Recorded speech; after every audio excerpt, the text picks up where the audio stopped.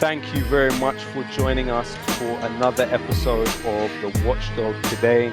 This is a live stream for Mint Press. As you know, week in, week out, we are going against the grain, focusing on stories which are pushed to the side and ghettoized outside the earshot of the masses. So for that reason, we hope that you will be able to support us on Patreon and on the appeal on Indiegogo right now for Mint Press to continue to do what it does week after week and cast a light on the inner workings of power structures in the world today. We need your support. This is independent media in the meaning of the word. Thank you for joining us. This week we have our fringe extraordinaire guest, Alan MacLeod. Unfortunately, he hasn't brought his fringe with him this week. That's a great loss for all of us. So to start with, we are going to talk about one of the latest, you could almost call it a moral panic that has been stirred up around Mr. Elon Musk and his potential takeover of Twitter. Now, just to lead us into this and to articulate quite how that scare has played out and been pushed in the media, we are going to play a video now from the Wall Street Journal covering this issue of Elon Musk and his potential takeover of Twitter. If Manar could play that, we have Manar helping us today on this episode, the editor-in-chief of Mint Press. Thank you very much to her. We able to get that video up, Manar? So while Manar is there, you go. On April 25th, Twitter accepted a $44 billion bid from Elon Musk to take over the company. Please. Should the deal go through, it would mark one of the biggest tech takeovers in history. Musk shared his reasons for making the offer at a TED conference in April. Well, I think it's very important for there to be an inclusive arena for free speech. Twitter has become kind of the de facto town square. Leading up to the bid, Musk outlined a number of sweeping changes he plans to make to the platform, including removing its reliance on ads, adding an edit button, and changing the content moderation policy.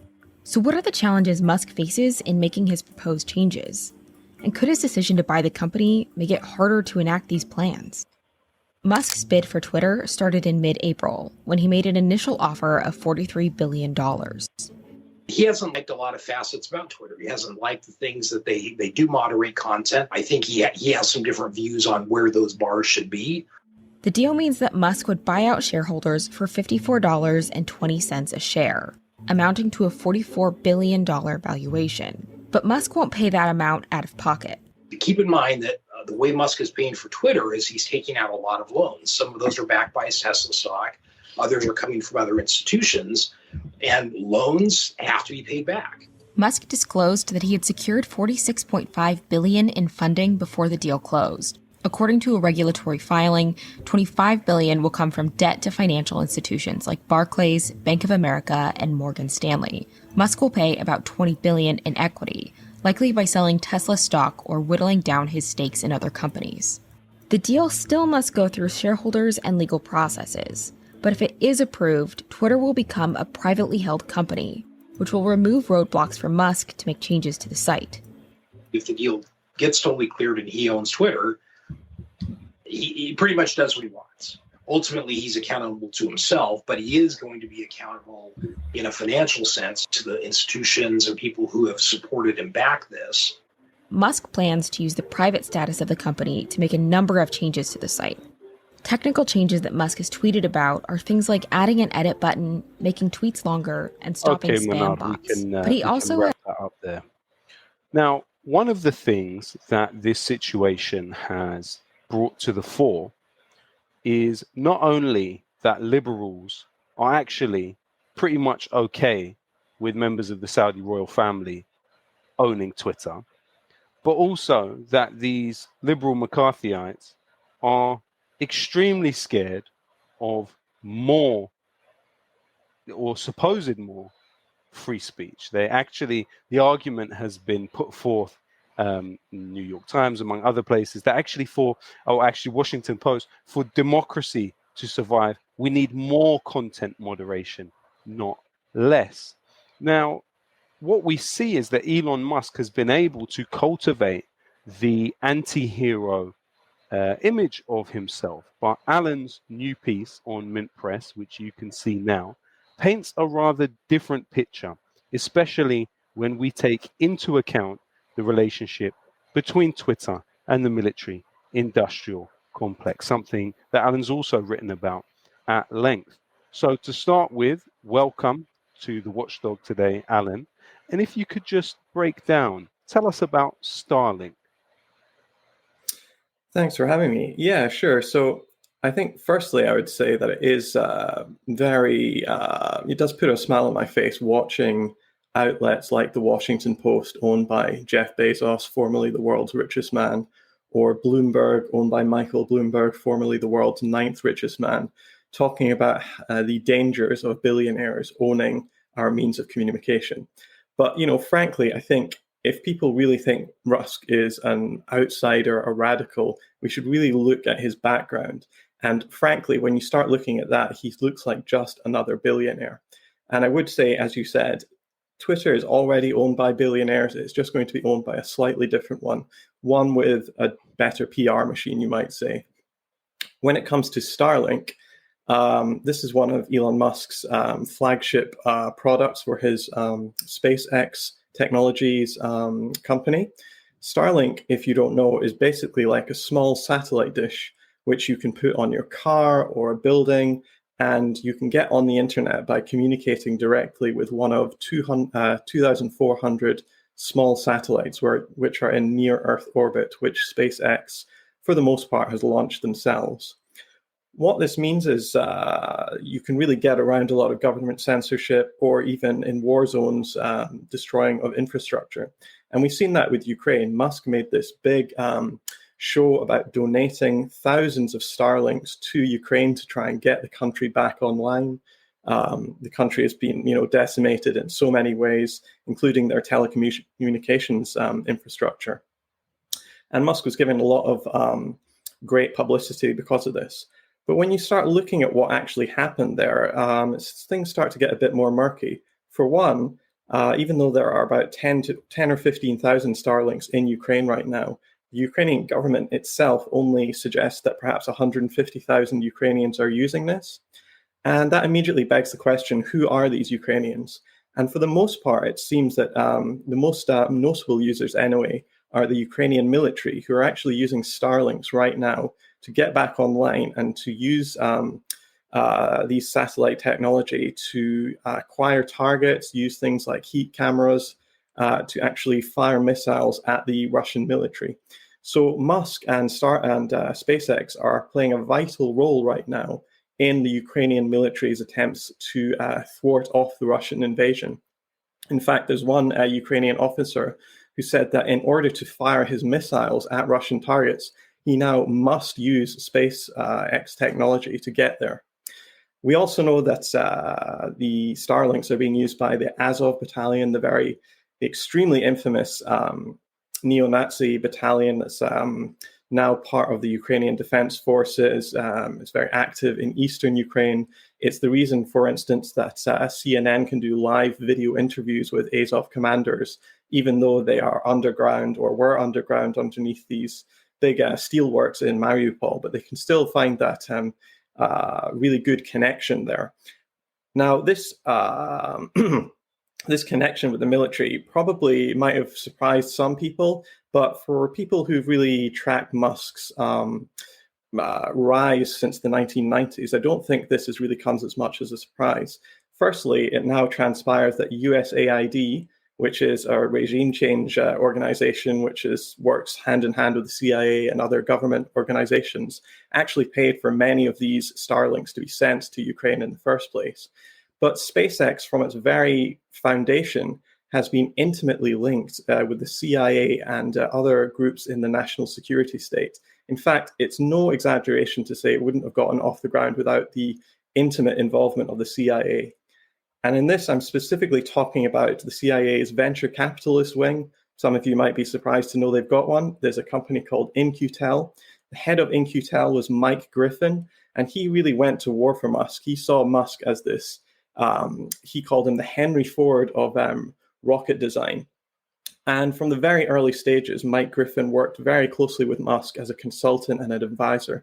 He actually accompanied Musk on his first mission to Moscow, where he was attempting to buy intercontinental ballistic missiles from Russian groups. His big idea was basically that if we could get these secondhand from Russia and reuse them, we could undercut the likes of Boeing or Lockheed Martin massively and get these government contracts and make billions. And Griffin was there holding his hand the whole time. And after that, Griffin went to NASA and became the head of NASA. And there he signed hundreds of millions of dollars worth of contracts with Musk, and eventually even gave him a contract that was worth more than $1 billion to launch NASA satellites, to launch CIA, NRO satellites into orbit. Musk has also had a lot of business with the Air Force and other branches of the military. And that's what's really sustained his business model, because, you know, when you start thinking about it for more than a couple of minutes, you realize that there really aren't many more customers for rocket flights and rocket deliveries than either the military or NASA or some sort of security services. So ultimately, Musk's money, his billions, come in no small part due to his proximity to the national security states. And there's also a Lockheed Martin connection here. Could you tell us a little bit about that?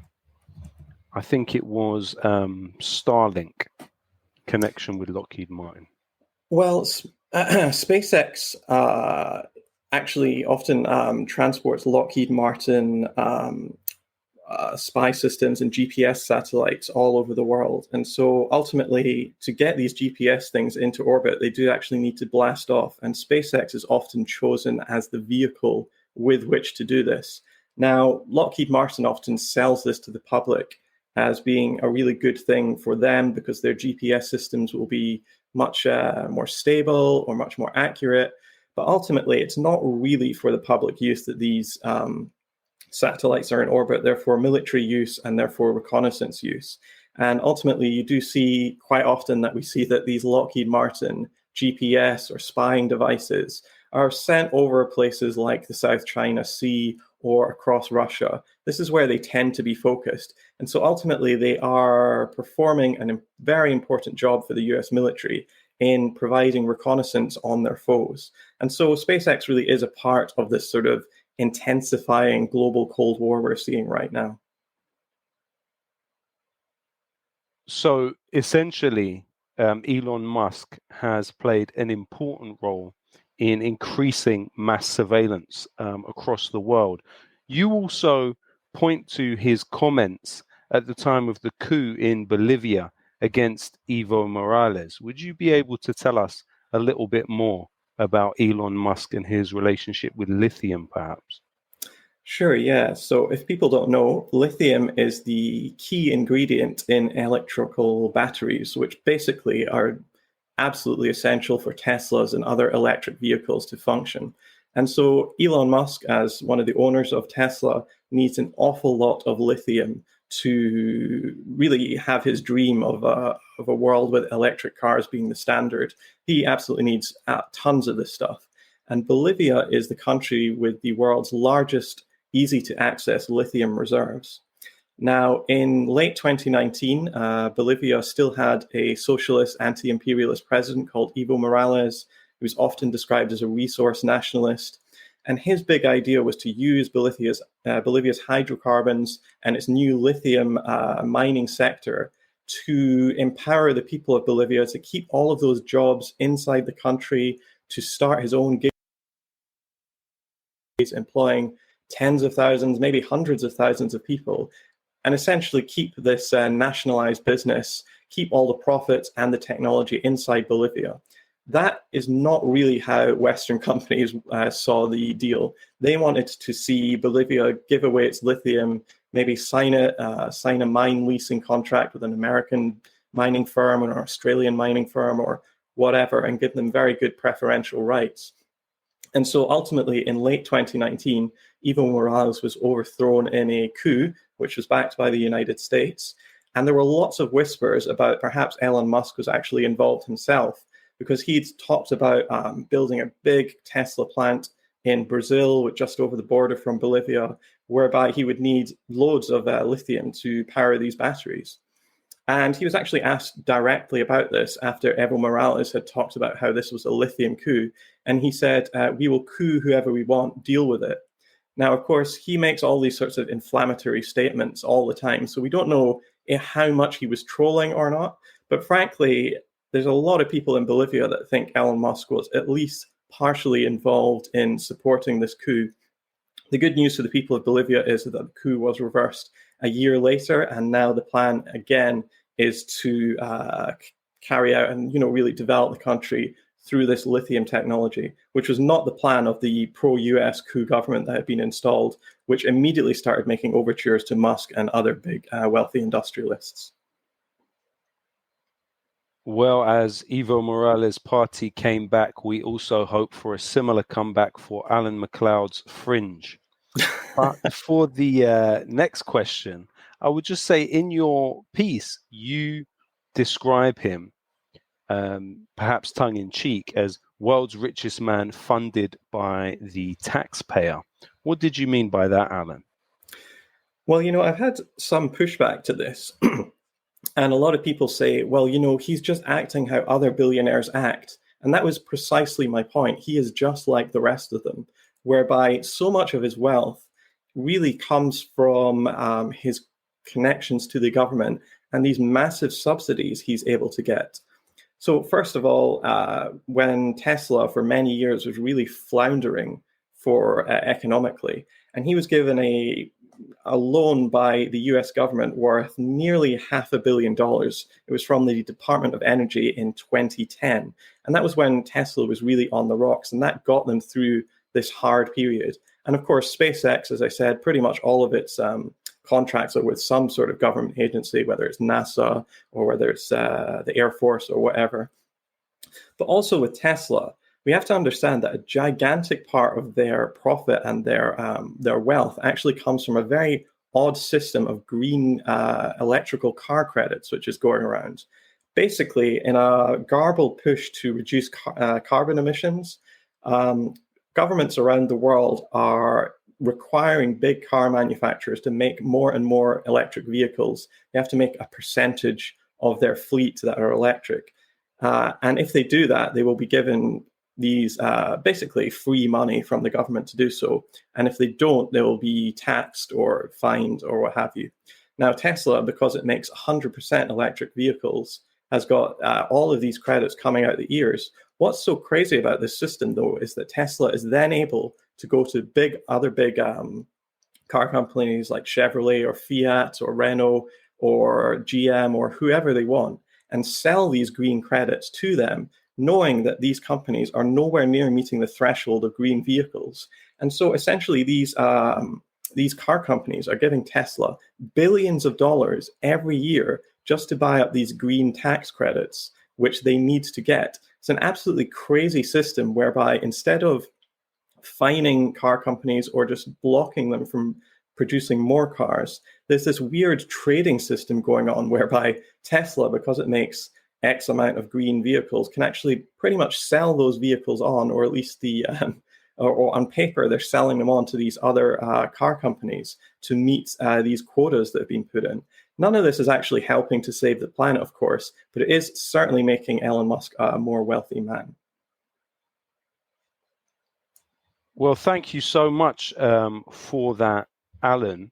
The next part of the podcast today is going to be focusing on a piece which I recently released in Electronic Intifada, something I was working on for quite a long time. Now, initially, we saw court documents reveal that the Department of Justice under Donald Trump had attempted to gain access to the emails of Washington Post journalists. This was reported by the Washington Post by using the Department of Justice to put pressure on the cybersecurity company that filters the Washington Post's emails. Now, that cybersecurity company goes by the name of Proofpoint. Now, through my research, I also found that Proofpoint also filters the emails for CNN. Now, by filtering the emails, we mean protecting it from malware, but as many experts mention, the companies which have that access to the emails also have access to the rest of the data. Now, that is a very, very important and pivotal position for any company to be in. Now, Proofpoint is a very interesting case study in this. And if Manar, who is helping us today very, very kindly, could play the next video with a little bit of Proofpoint explaining what it does.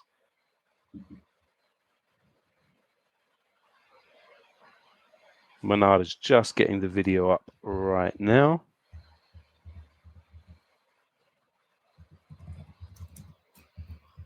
Okay. It is a multi-billion-dollar business, and despite stories about data breaches nearly every day, the other video, you have please, to... Manar.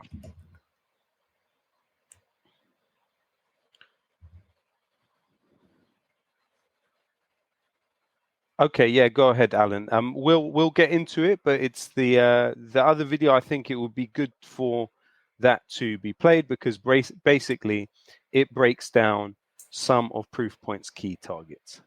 Let's hear it. Senior Director of Threat Research and Detection at Proofpoint. I lead a global team of threat researchers and analysts that work 24/7 to provide coverage and intelligence for our customers. At Proofpoint, we're keeping an eye on all the APT activity that we see. Iran has been of special interest because of the tensions in the Middle East that have risen over the past several months. When Proofpoint talks about APT actors, what we mean is advanced persistent threat actors. State-sponsored APT actors typically have the backing and financial resources of a nation state, meaning they have access to the most advanced tools. What's really important for organizations to understand about Iranian APT threat groups is that they are incredibly sophisticated and they have a long history of attacking targets in the United States and in their own backyard in the Middle East. The Iranian actors that we track have lots of specific trademarks that allow us to attribute their activity. One of those groups is Silent Librarian. That group is really focused on targets within higher education and in the academic world. They typically send phishing lures that appear to be from another university, from colleague to colleague. APT-33 is a group that we track out of Iran. In the summer of last year, they did multiple campaigns targeting finance, banking, oil and gas, and other industries. The lures that they used had things like job offer from the Council of Economic Advisors, and it leveraged the seal of the President of the United States to make it seem really authentic. Organizations should focus on improving their security program and following the guidelines that they've already established. But it's important to remember that APT is a different kind of threat. Organizations must partner with their vendors, their partners, all of their employees to make sure that they are not subject to APT attacks that are successful. If you'd like to learn more about APT actors, threat research at Proofpoint, or how you can better protect yourself, take a look at Proofpoint blog. Thanks for watching. Thank you very much for that, Manar. Now, as you can see, Proofpoint is going to great lengths to try and communicate a veneer of neutrality.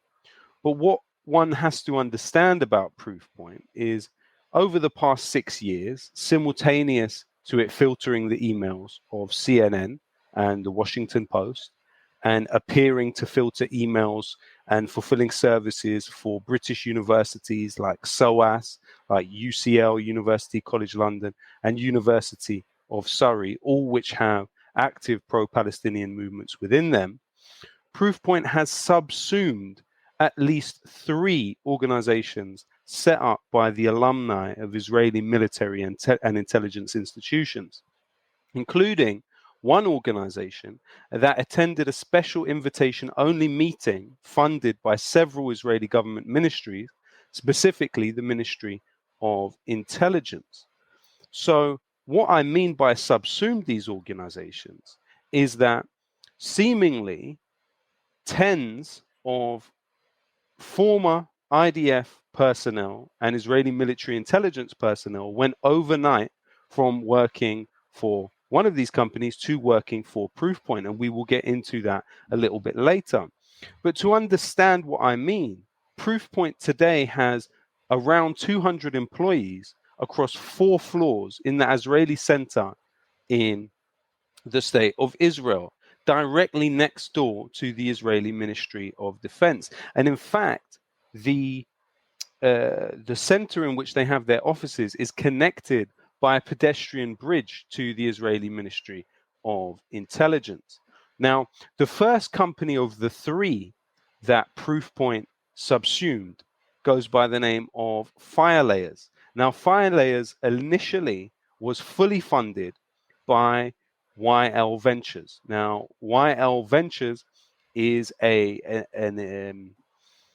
seed stage funding investor, which was set up itself by a gentleman who goes by the name of, sorry, one second. It was Yoav Andrew Ledersdorf. Now, he has, according to an article in the Wall Street Journal, an alert which brings to his attention the background of potential founders for organizations.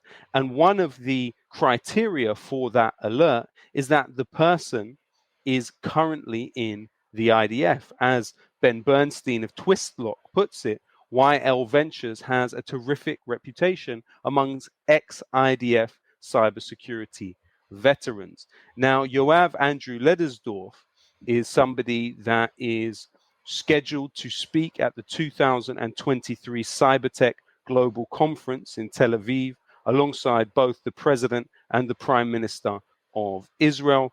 In the past, he's spoken at events alongside Benjamin Netanyahu, including some which were sponsored by the Israeli Foreign Ministry and Ministry of Economy. Lettersdorf has been hosted by the Israeli military's tech unit to talk about his work with YL Ventures. So clearly he has a very close relationship with not only the Israeli government, but the Israeli military. Now, it was through YL Ventures that Firelayers was funded, fully funded. Now, the founders of Firelayers were Yair Grindlinger and Doron El-Grassi. Both of these people have been described by Haaretz as veterans of the IDF's computer unit. Grindlinger actually describes himself as a former officer in the Maram unit, that is the military and computer technology unit. Now, when he was asked in a very interesting interview about how his work in the Israeli military contributed to his work with Firelayers, he cryptically responded that it's been a while since then and I am still in the game. Now, basically, a year before Firelayers was subsumed into this company, Proofpoint, which is filtering the emails of CNN and Washington Post employees, Firelayers, through Grindlinger, was represented at this US-Israel Cyberspace and Intelligence Conference for the Institute for National Security Studies in Washington, D.C. Now, the INSS is led by several former Israeli intelligence figures, and the meeting was promoted as being a synergetic hub that initiates cooperation between Israeli, US, and worldwide entities. According to the information about the event, it had a delegation of 70 different participants from various Israeli government offices. A keynote speaker at the conference was the former head of Grindlinger's unit in the military, and also Amos Yadlin, who is the former head of Israeli military intelligence. In addition to that, we know that also in attendance of this conference was Yudi Ganani, who is the former CEO, and at that time was the CEO of Israeli Military Industries, which is the company which is believed by many to have manufactured the 5.56 millimeter bullet, which killed Al Jazeera reporter Shireen Abu Akleh. Now, On top of that, it's not only fire layers that a year later were subsumed by Proofpoint, and bear in mind that at the time that fire layers was subsumed by Proofpoint, it was already filtering the emails of the Washington Post. But then, in addition to that, a year after fire layers was brought in as a part of Proofpoint, they would begin filtering the emails of CNN journalists too. But Proofpoint also acquired and subsumed several other Israeli startup organizations like Meta Networks. So, for example, the founder of Meta Networks, Alan Horowitz, is, according to him, a former officer in the Israeli Military Engineering Corps, and he describes his position within the Israeli military as having a very high security clearance, which required taking a polygraph test every couple of years. We also know that there have been several employees of Meta Network who were alumni of Israeli military and intelligence institutions. Another organization subsumed into Proofpoint was Observit, which was founded in 2006 and has a research and development center in the capital of the Israeli state, Tel Aviv, but also it's somewhere that has a revolving door with Israeli military and intelligence. So, for instance, Yuri Chotzin was working for Observit, but then went on to work for Israeli intelligence for 3 years. When we look at how many people actually are employed by Proofpoint today, this is the company which is filtering the emails of CNN, the Washington Post, appears to have carried out filtering services for SOAS, for the University of Surrey, and for UCL, in addition to many other US universities. We see, for instance, the current senior HR business partner of Proofpoint, Naum Karovti Salhav, actually previously worked for 6 years at an undisclosed job in the Israeli Prime Minister's office. You also have others like the Vice President of Cloud Security Products at Proofpoint, Elad Horn, who previously was a section commander at the Israeli military's Unit 8200 for 5 years. Now, to remember what Unit 8200 is, it is the unit within the Israeli military which is responsible for surveilling the electronic communications of Palestinians, according to a letter which was put together by whistleblowers within Unit 8200. That information is often used for blackmailing Palestinians and turning them into collaborators. That surveillance of their electronic communications is also used to assess how likely Palestinians are to become collaborators. Do we really think it is safe to have somebody that has been trained in this occupying electronic communications infrastructure to now be the vice president of cloud security for an organization which is filtering the emails of CNN and the Washington Post and some of the most prominent journalists in the world? Of course not. We also know that the connections between Proofpoint and Israeli intelligence do not end there, and there are so many current employees of Proofpoint who come out of Israeli intelligence that we could go on for a very long time. But the company itself, Proofpoint, is owned by Thoma Bravo. Now, Thoma Bravo not only owns Proofpoint, it also owns Tools, which was another tech company which was founded by Gil Server. Now, Gil Server is someone who, according to him, spent 17 years in an elite intelligence unit in the Israeli military. Another company which is owned by Thoma Bravo is IronSource. Now, at IronSource, you currently have a DevOps engineer, Asaf Levy, who simultaneous to that is a DevOps engineer in the Israeli military, literally at the same time. Now, the interesting thing about this is actually Proofpoint and its relationship with these major media companies is really just the tip of the iceberg when it comes to former Unit 8200 staff working in organizations with access to sensitive data.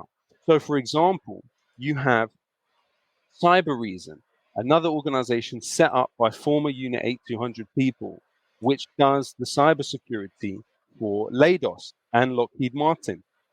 Well, just so we can get an idea of quite how sensitive this stuff is, Leidos and Lockheed Martin carried out the 2011 census in Britain.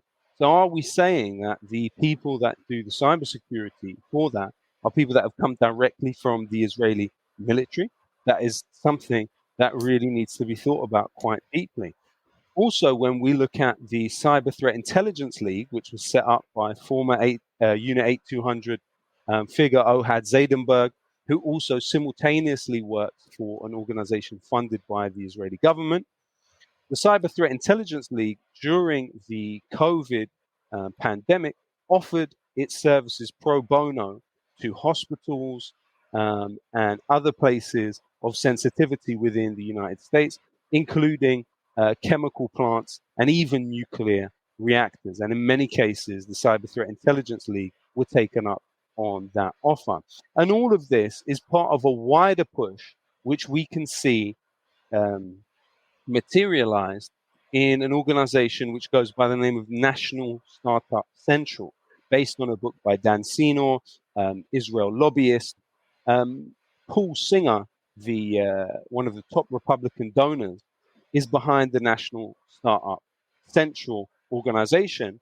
And it saw that a key way in which BDS could be combated and could be rendered almost unworkable would be to feed former Unit 8200 agents into big tech companies.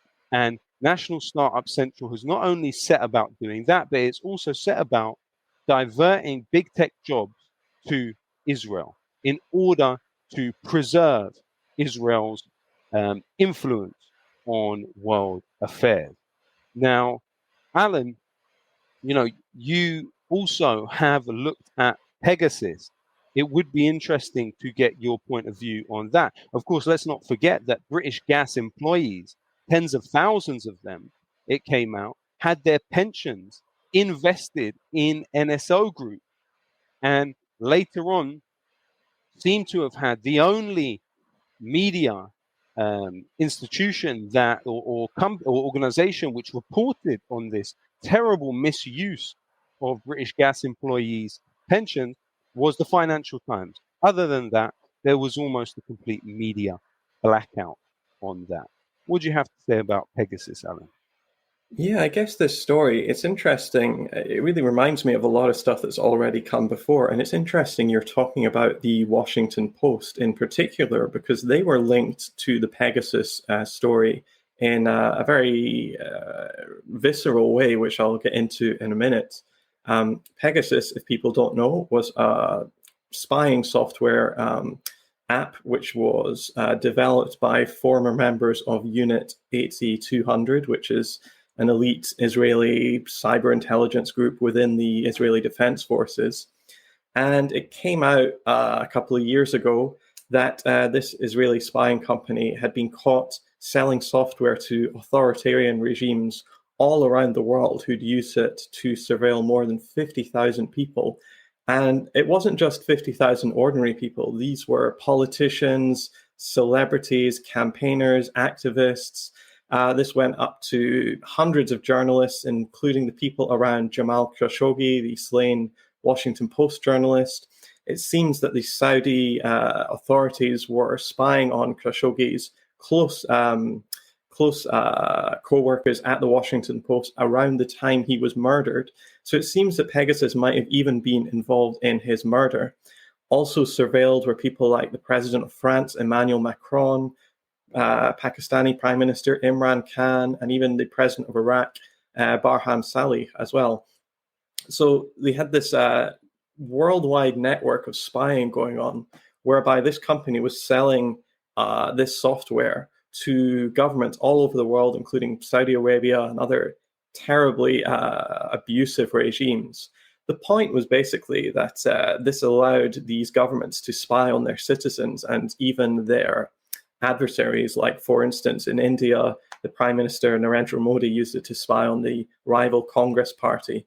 But what it meant for the Israelis was that they also had access to all this spying data, so that all the dirty tricks these governments were up to around the world, the Israeli national security state, these ex-IDF officers, ex-Unit 8200 people, also had access to this data.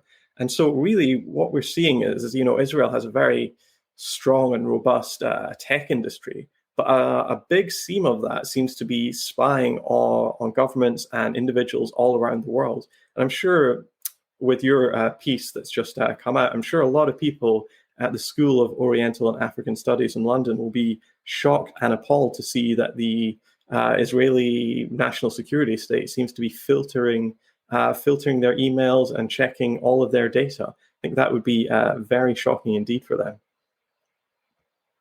The interesting thing about both companies in question, so for instance, with NSO Group, they have contended for a long time that actually they don't have access to the information that their software is used to obtain. However, a key part of a court case seemed to reveal the opposite.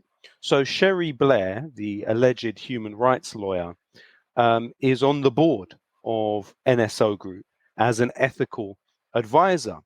Now, during a case which concerned the ruler of Dubai, it came out that Sherry Blair had been informed by her employers at NSO Group that actually the ruler of Dubai was using this Pegasus software to spy on his ex-wife.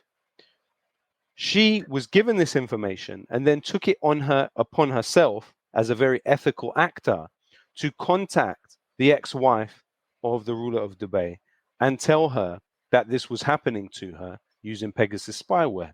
Now, if NSO has no access to what Pegasus obtains through the spyware, then how would Sherry Blair be in a position to even know that was happening? And that is a key question that also people have to ask.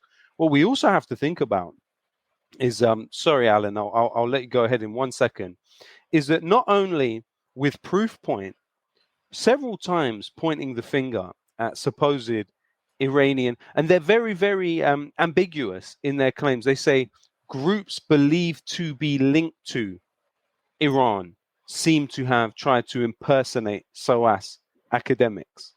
That's how it became known that SOAS seemed to have employed them to filter their emails.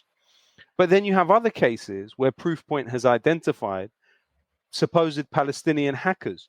So what you have is the planting, seemingly, of people within an organization which has the veneer of neutrality, which is then able to harness that organization against those standing up to Israeli domination in the region. Sorry, Alan, go ahead. Oh, I just wanted to point out to listeners, in case they're unaware, Cherie Blair is also the wife of former British Prime Minister Tony Blair, the architect of the Iraq War, a very infamous person and the most distrusted living Labour politician after he, got the country into 2 wars in the Middle East that have killed millions of people. I think that's important to point out as well. Also, I think also it's important for people to know that while Cherie Blair has been an ethical advisor to the NSO Group, her husband, Tony Blair, not only was Middle East peace envoy, simultaneous to being on the board of the JNF. Now, the JNF is the key settlement building organization in Palestine, currently attempting to ethnically cleanse parts of the Naqab from Palestinians. And so Tony Blair can balance the same way Cherie Blair can supposedly be a human rights lawyer. She can also be an ethical advisor to an organization which violates the privacy of tens of thousands of people, including human rights lawyers too, is the same way Tony Blair can be the Middle East peace envoy, simultaneous to being on the board of an organization, or being a patron, actually, of an organization which is building settlements in violation of many different international laws. Now, Alan, just to put it to you, we touched on earlier some of the connections between Elon Musk and the security state, and how that could potentially cast a shadow on his takeover at Twitter. But you have actually looked at previously connections on the issue of the security state, the military industrial complex, and Twitter. Could you just give us a quick rundown of that also? Yeah, sure. I don't want to, before I'll preface this by saying I don't want to highlight Twitter as the only one doing this. This is actually a problem ubiquitous across social media. But certainly Twitter has played its part and has become increasingly close to the national security state, to the point where it's difficult to see sometimes where big tech ends and big government starts. So, for instance, Twitter has partnered with a group called the Australian Strategy Policy Institute in its so-called fight against disinformation. This group, they call themselves ASPI for short. ASPI is funded by a whole host of weapons companies. It's funded by the United States government, the United States military, and it's generally about the most hawkish think tank you can get. And ASPI recommended that Twitter delete tens of thousands of Chinese, of Russian, of Venezuelan, of Iranian and Turkish accounts, but it never seems to find Western bot networks. Another thing that Twitter has done is it went on a deleting spree a little while ago for the crime of, and I quote, undermining faith in the NATO alliance. So now that's a bannable offense on Twitter, apparently. Another very highlighting, or I think a point that everybody should know, is that Twitter's head of Europe, the Middle East, and North Africa is a man called Gordon McMillan. And it was found out a couple of years ago that McMillan is an active duty officer in the British Army's 77th Brigade, which is its unit that is dedicated to psychological operations and online warfare. And this news came at the height of the frenzy and the worry over foreign interference in American society and American elections. And when I say foreign, I really mean Russian, frankly.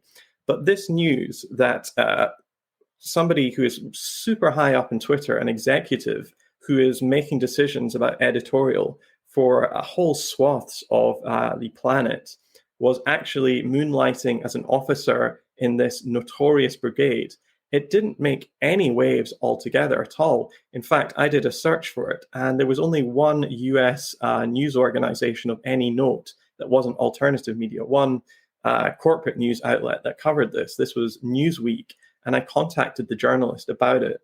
And a few weeks later, he was actually fired, and he's been pushed out of the industry altogether. No one else covered it. No MSNBC, Fox, New York Times, Washington Post, ABC, CBS. Nobody touched this news. But it did make headlines in alternative media. And I think the fact that big media were so uninterested in this really goes to show how close the connections now are between big government and big media. And that's something that should really worry us all going forward. Do you remember which UK newspapers or platforms covered the revelation that Gordon McMillan was simultaneously in a position of prominence at Twitter regarding the Middle East specifically, but also simultaneously part of 77th Brigade? Well, I could look it up, but off the top of my head, I don't remember which ones, but certainly the picture in the UK was much better, whereby a number of big outlets, including The Independent, did actually cover this. I believe The Times also covered this as well. Perhaps because it's specifically about the British Army, that might have been a bit of a connection. But yeah, the British press were better than this, but it certainly wasn't front page news, that's for sure. I think the interesting thing now is that civility for access and the sort of de-notice culture which exists within British media has deepened since the Gordon Macmillan story came out. We have, I think it was Ian Cobain who initially published about it in the Middle East Eye. But since then, we've seen quite important stories almost completely ignored by the mainstream media, especially when thinking about the security state. And not to put you on the spot here, Alan, I mean, some of these scoops may have been yours or others at great organizations like Electronic Intifada or others. Can you think of, since then, other stories which have gone under the radar? For me, Asaf Kaplan, for example, the Unit 8200 Israeli spy who is now employed by the Labour Party for the purpose of social listening. You know, that was, of course, revealed by Electronic Intifada, Asa Winstanley, and I don't remember it being covered by any mainstream newspapers. Can you think of another story that that recently you have seen similar? Just before I get into that, I have looked it up, and 3 UK newspapers did cover this: the Independent and the Times, and also the Financial Times. But I don't think there was any coverage of it in the BBC or the Guardian or most of the sort of left of centre media out with the Independent. This is the Asaf Kaplan story, right? No, that's the Gordon Macmillan story. What about Asaf Kaplan? Can you find any mainstream? Yeah, again, that's a very interesting one. I suppose for a lot of mainstream media types, they would look at that and say, well, what's the issue? Israel is a good country. It's our ally. There's no problem with having this former Israeli, tech military guru now working at such an important point in the Labour Party. And of course, we have to remember that the British press were absolutely hostile, is not even the word for it. They were raving solidly against the leadership of Jeremy Corbyn for years, painting him as some sort of rabid, Jew-hating warmonger who was going to kill us all. And that was mostly because of his positions on war, on NATO, on Israel and Palestine, on nuclear weapons. And so ultimately, the press played a huge role in destroying Corbyn. In terms of stories that get undermined, this happens all the time when it comes to big tech stories or stories about the relationship with the government and the media. So, for instance, let's just take Ken Delanian as an example, a former Los Angeles Times reporter on national security, who The Intercept found through a series of leaked emails that he actually sent his stories to the CIA for editing before they were published. And so they were essentially ghostwriting his scripts. Now, what happened to Ken Delanian? Was he thrown out of the industry forever? Was his name mud in every town in America after that? No, in fact, he now works, I believe he works for CBS on television. So he's essentially been promoted, and now he's on TV all the time as a national security state correspondent, because ultimately that's what is expected of the job. You're not supposed to criticize or critique or scrutinize or really hold these centers of power to account. You're supposed to objectively listen to what they say and then repeat it as if it's gospel. Absolutely. You're supposed to nod solemnly and always give deference to people of the security state, unfortunately, in both the US and in Britain. Alan, thank you so much for joining us today. As ever, an enlightening time for us. We hope that next time you will bring back your fringe. And thank you to all the viewers today. And thank you, of course, to Manar, who has helped us greatly with the videos. Until next time on The Watchdog, this is Lowkey. Take care and be well.